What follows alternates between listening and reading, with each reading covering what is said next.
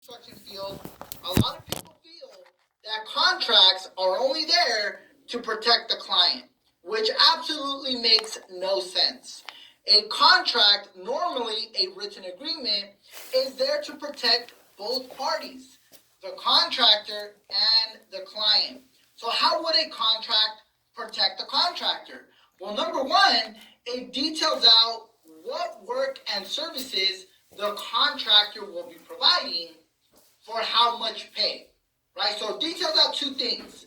What is the work and services the contractor will provide, and how much are they going to be paid for those services? How does it protect the client? Literally the same exact way. What type of work and services the client will be receiving, and how much they're paying. That contract, that agreement, protects both parties. Now, under number 4, it says a contract may be void because it's against public policy or illegal. A void contract is one that never had any legal existence or effect. So what does that mean?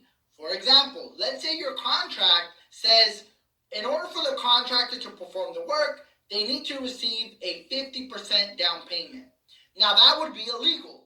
A contractor cannot accept a 50% down payment. So if the client pushes or sues, that contract will become void, because a contractor on a standard residential, home improvement, home solicitation, or even service and repair type job, a contractor cannot charge 50% down. Since that is illegal, that makes the entire contract void to begin with, especially if the client sues the contractor.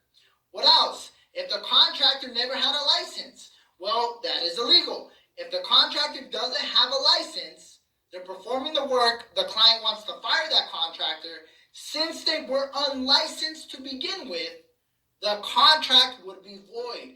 It has no legal effect because it was not a legal contract to begin with. Now, in the last paragraph on page 1, it states, a voidable contract is valid and enforceable on its face, but may be set aside or rejected by the injured or wronged party. So keep this in mind. A contractor will have the opportunity to cancel an agreement if the client committed some sort of fraud or they signed the contract during duress. So what does that mean? Let's say the client was threatening the contractor, if you don't sign this, X things will happen. That is threatening, right? The contractor would have signed that contract under duress. So that contract can be voided. Now, a contractor and a client both have the opportunities to void a contract, cancel an agreement, if that contract was signed under fraud, something that was illegal, or duress. Okay? So for example, let's say the client presents themselves as the homeowner. They're like, yes, this is my home, this is my property, I own it. Contractor in a week and a half finds out that they're not the homeowner because the homeowner, the actual homeowner, contacted them. At that point, the contractor can void the contract and request payment for the services that were already provided.